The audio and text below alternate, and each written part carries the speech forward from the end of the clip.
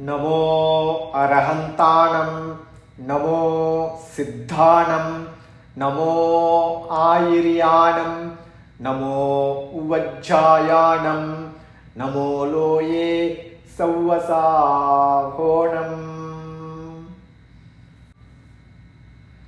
पंच परमेष्टि भगवान की जय हो. जिनवाणी माता की जय हो. मुनिश्री निर्भय सागर महाराज की जय हो. अहिंसा परमो धर्म की जय हो. ಎಲ್ಲರಿಗೂ ಜಯ ಜಿನೇಂದ್ರ.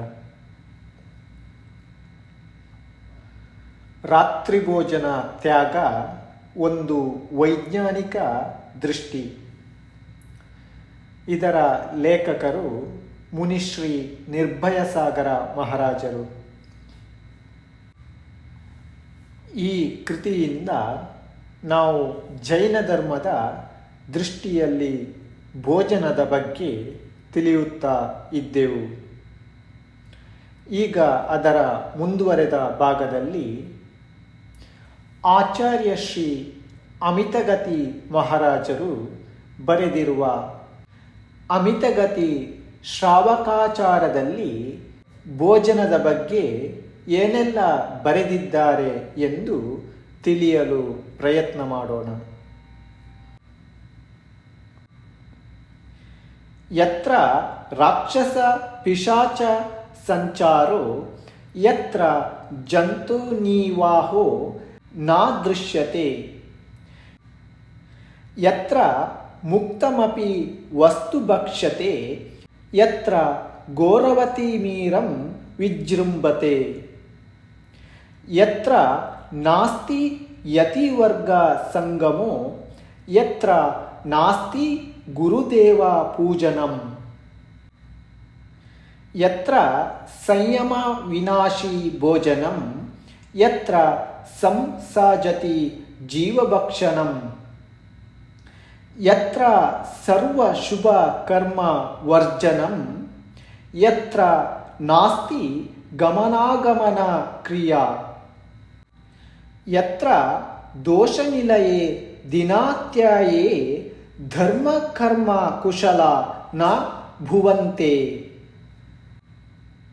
ಇದರ ಸರಳ ಅರ್ಥ,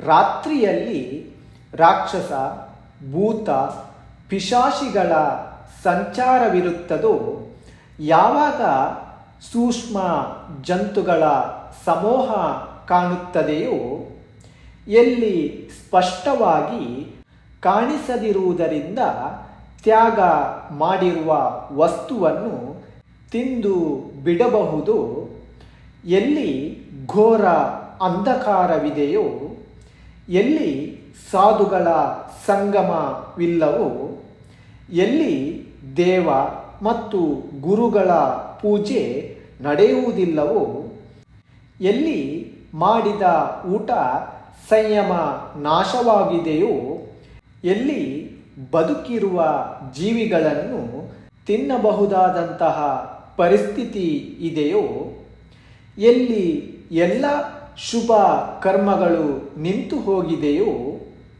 ಎಲ್ಲಿಗೆ ಸಂಯಮಿ ಪುರುಷರು ಬಂದು ಹೋಗುವುದಿಲ್ಲವೋ, ಅಂತಹ ಮಹಾದೋಷಕ್ಕೆ ಕಾರಣೀಭೂತವಾದ ಹಗಲಿನ ಅಭಾವದಲ್ಲಿ ರಾತ್ರಿಯ ಸಮಯದಲ್ಲಿ ಬುದ್ಧಿವಂತ ಮನುಷ್ಯರು ಊಟವನ್ನು ಮಾಡುವುದಿಲ್ಲ. ಇದರ ಸರಳ ಅರ್ಥವಾಗಿದೆ. ಭುಂಜತೆ ನಿಶಿ ದುರಾಶಯಾಯಕ್ಕೆ ಗೃದ್ಧಿ ದೋಷವಶವರ್ತೀನೋ ಜನಾಃ ಭೂತ ರಾಕ್ಷಸ ಪಿಶಾಚ ಶಾಕಿನಿ ಸಂಗತಿಃ ಕಥಾಮಮಿಭಿರಸ್ಯತೆ. ಇದರ ಸರಳ ಅರ್ಥ, ತಿನ್ನುವ ಲಾಲಾಸೆ ಇರುವ ದೋಷವಶವಾಗಿರುವ ದುರ್ಜನ ಪುರುಷರು ರಾತ್ರಿಯಲ್ಲಿ ಊಟ ಮಾಡುತ್ತಾರೆ. ಆ ಜನರು ಭೂತ, ರಾಕ್ಷಸ, ಪಿಶಾಚ ಮತ್ತು ಶಾಕಿನಿ ಡಾಕಿನಿಗಳೊಡನೆ ಸಂಬಂಧವನ್ನು ಹೇಗೆ ಬಿಡುತ್ತಾರೆ?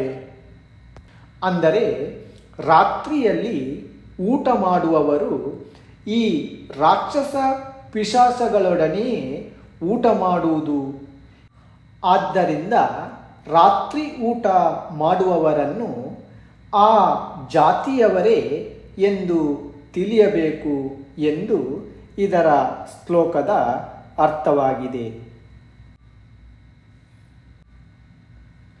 ವಲ್ಭತೆ ದಿನಾನಿಶೀತಾಯೋ ಸದಾ ಯೋ ನಿರಸ್ತಾಯಾಮ ಸಂಯಮ ಕ್ರಿಯಾ ಶೃಂಗಪುಚ್ಚ ಶಪ ಸಂಗವರ್ಜಿತೋ ಭನ್ಯತೆ ಪಶುರಯಂ ಮನಿಷೀಭಿಃ. ಇದರ ಸರಳಾರ್ಥ, ಯಾವ ಮನುಷ್ಯ ಯಮ ನಿಯಮ ಸಂಯಮಾದಿಗಳನ್ನು ಬಿಟ್ಟು ಹಗಲು ರಾತ್ರಿ ತಿನ್ನುತ್ತಾನೆ ಅವನಿಗೆ ಜ್ಞಾನಿ ಪುರುಷರು ಕೊಂಬು, ಬಾಲ ಮತ್ತು ಖರ ಅಂದರೆ ಉಗುರು ಇಲ್ಲದ ಪಶು ಎಂದು ಹೇಳಿದ್ದಾರೆ.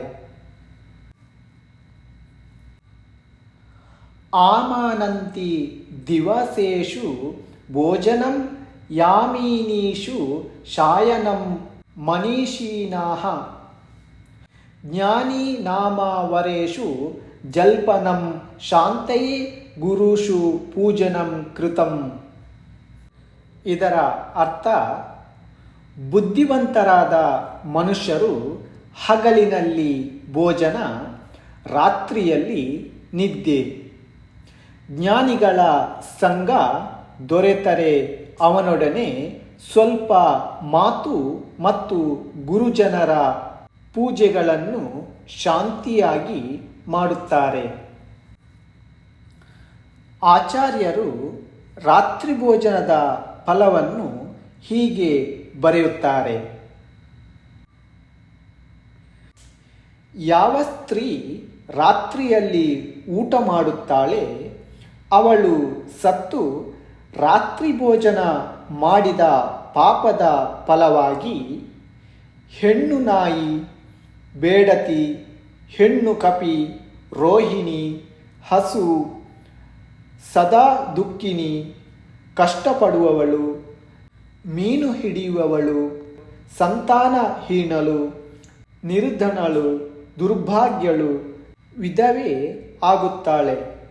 ರಾತ್ರಿ ಭೋಜನ ಮಾಡುವ ಜನರು ರೋಗಿ, ಶೋಕಾಗ್ರಸ್ತನು, ದುಃಖಿಯು, ಜಗಳಗಂಟಿನು, ಭಯವನ್ನು ಉಂಟು ಮಾಡುವವನು ಆಗುತ್ತಾನೆ. ಇವರಿಗೆ ರಾಕ್ಷಸಿಯಂತಹ ಹೆಂಡತಿ ದೊರೆಯುತ್ತಾಳೆ.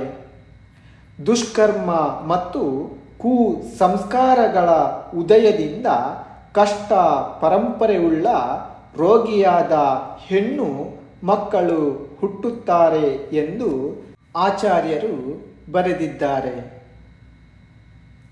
ಇನ್ನೊಂದು ಶ್ಲೋಕದಲ್ಲಿ ಹೀಗೆ ಬರೆದಿದ್ದಾರೆ: ದುರ್ವ್ಯಸನ ಮತ್ತು ಕುಕರ್ಮ ಮಾಡುವವರು ಹಾವಿನಂತೆ ಯಾವಾಗಲೂ ಭಯ ಕೊಡುವವರು ಆದ ಪಾತ್ರರಾಗುತ್ತಾರೆ.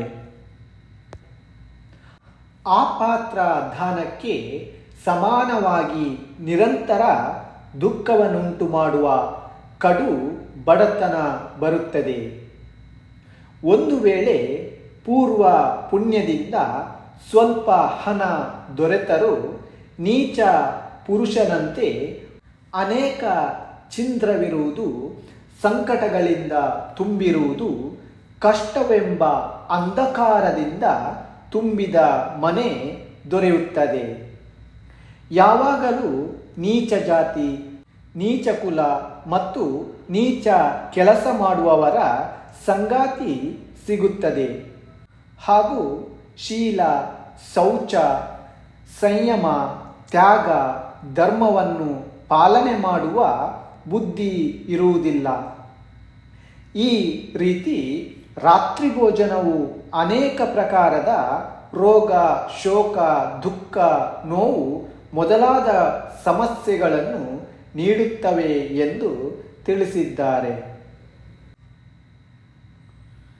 ಹೀಗೆ ರಾತ್ರಿ ಭೋಜನದ ಫಲವನ್ನು ವಿವರಿಸುತ್ತಾ ರಾತ್ರಿ ಭೋಜನ ತ್ಯಾಗದ ಮಹಿಮೆಯನ್ನು ವರ್ಣಿಸುತ್ತಾ ಆಚಾರ್ಯರು ಹೀಗೆ ಹೇಳುತ್ತಾರೆ. ಯಾವ ಮನುಷ್ಯ ಸದಾ ರಾತ್ರಿ ಭೋಜನದಿಂದ ವಿಮುಖನಾಗಿರುತ್ತಾನೆ ಅವನಿಗೆ ಕಮಲದ ಎಸಲಿನಂಥ ಕಣ್ಣುಳ್ಳ ಪ್ರಿಯಾಭಾಷಿಣಿ ಲಕ್ಷ್ಮಿಯಂತೆ ಮನೋಹರಳಲು ಆದ ಪ್ರಿಯತಮೆ ಅಂದರೆ ಹೆಂಡತಿ ದೊರೆಯುತ್ತಾಳೆ. ಅತಿ ಸುಂದರವುಳ್ಳವಳು, ಎಲ್ಲ ಕಲೆಯನ್ನು ತಿಳಿದವಳು, ಪುಣ್ಯದ ಸರಮಾಲೆಯಂತಹ ಶರೀರವುಳ್ಳವಳು ಆದ ಉತ್ತಮ ಪುತ್ರಿ ಹುಟ್ಟುತ್ತಾರೆ. ವ್ಯಸನಗಳಿಂದ ರಹಿತರಾದ ನಿರ್ಮಲ ಆಚರಣೆ ಇರುವ ಹಾಗೂ ವ್ಯಾಪಾರ ಮಾಡುವವರು ಆದ ಚಂದ್ರನಂತೆ ಪಾವನವರು, ಶಾಂತಿಯನ್ನು ನೀಡುವವರು ಆದ ಪುತ್ರರು ಹುಟ್ಟುತ್ತಾರೆ.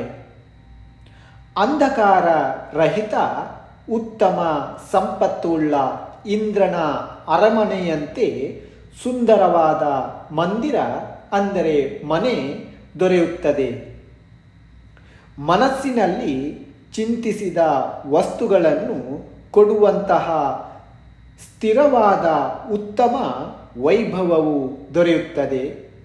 ರೋಗ ರಹಿತ ಆರೋಗ್ಯವಂತಹ ದೇಹ ದೊರೆಯುತ್ತದೆ ಮತ್ತು ಸರ್ವ ಸುಖದಾಯಕವಾದ ಮನೆಯು ದೊರೆಯುತ್ತದೆ.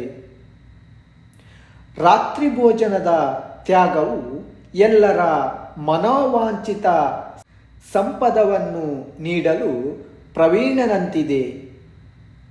ಸಮ್ಯಕ್ ದರ್ಶನ, ಜ್ಞಾನ ಮತ್ತು ಚಾರಿತ್ರವೆಂಬ ಶ್ರೇಷ್ಠ ವೈಭವವನ್ನು ನೀಡುವಂಥದ್ದು ಆಗಿದೆ. ಹಾಗೂ ಸರ್ವ ಲೋಕದ ಸ್ವಾಮಿಗಳಿಂದ ಪೂಜೆಯನ್ನು ನೀಡುವಂಥದ್ದು ಆಗಿದೆ. ಅಂದರೆ 3 ಲೋಕಗಳಲ್ಲಿ ಪೂಜಿಸಲ್ಪಡುವ ಅರಿಹಂತ ಸಿದ್ಧ ಪದವಿಗಳು ದೊರೆಯುತ್ತವೆ. ಯಾವ ಸ್ತ್ರೀ ಹಗಲಿನಲ್ಲಿ ಊಟ ಮಾಡುತ್ತಾಳೆ ಅದರ ಪುಣ್ಯದಿಂದ ಮುಂದಿನ ಜನ್ಮದಲ್ಲಿ ಬಂಧುಗಳಿಂದ ಪೂಜನೀಯಳು, ಪುತ್ರರಿಂದ ವಂದಿತಳು, ಭೂಷಣಗಳಿಂದ ಅಭೂಷಿತಳು, ಗುಣಗಳಿಂದ ಭೂಷಿತಳು, ರೋಗ ರಹಿತಳು, ಶ್ರೀಮತಿ, ಲಜ್ಜೆಯುಳ್ಳವಳು, ಬುದ್ಧಿವಂತಳು, ಧರ್ಮಬುದ್ಧಿಯುಳ್ಳವಳು ಮತ್ತು ಸದಾ ಸುಖವನ್ನು ಅನುಭವಿಸುತ್ತಾಳೆ ಎಂದು ಹೇಳಿದ್ದಾರೆ. ರಾತ್ರಿ ಭೋಜನವನ್ನು ತ್ಯಾಗ ಮಾಡುವ ಜೀವಿಗಳಿಗೆ ಪರಭವದಲ್ಲಿ ಯಾವ ವೈಭವ ಸುಖ ದೊರೆಯುತ್ತದೆ ಅದನ್ನು ಕೇವಲ ಜ್ಞಾನಿಗಳನ್ನು ಬಿಟ್ಟು 3 ಲೋಕಗಳಲ್ಲಿ ಉಳಿದವರ್ಯಾರಿಗೂ ವರ್ಣಿಸಲು ಸಾಧ್ಯವಿಲ್ಲ ಎಂದು ಅಮಿತಗತಿ ಆಚಾರ್ಯರು ಅಮಿತಗತಿ ಶ್ರಾವಕಾಚಾರದಲ್ಲಿ ತಿಳಿಸಿದ್ದಾರೆ. ಇನ್ನು ಮುಂದಿನ ಸಂಚಿಕೆಯಲ್ಲಿ ಪದ್ಮಪುರಾಣದಲ್ಲಿ ರಾತ್ರಿ ಭೋಜನದ ಬಗ್ಗೆ ರವಿಶೇನಾಚಾರ್ಯರು ಏನೆಲ್ಲ ಬರೆದಿದ್ದಾರೆ ಎಂದು ತಿಳಿಯೋಣ. ಎಲ್ಲರಿಗೂ ಜಯ ಜಿನೇಂದ್ರ.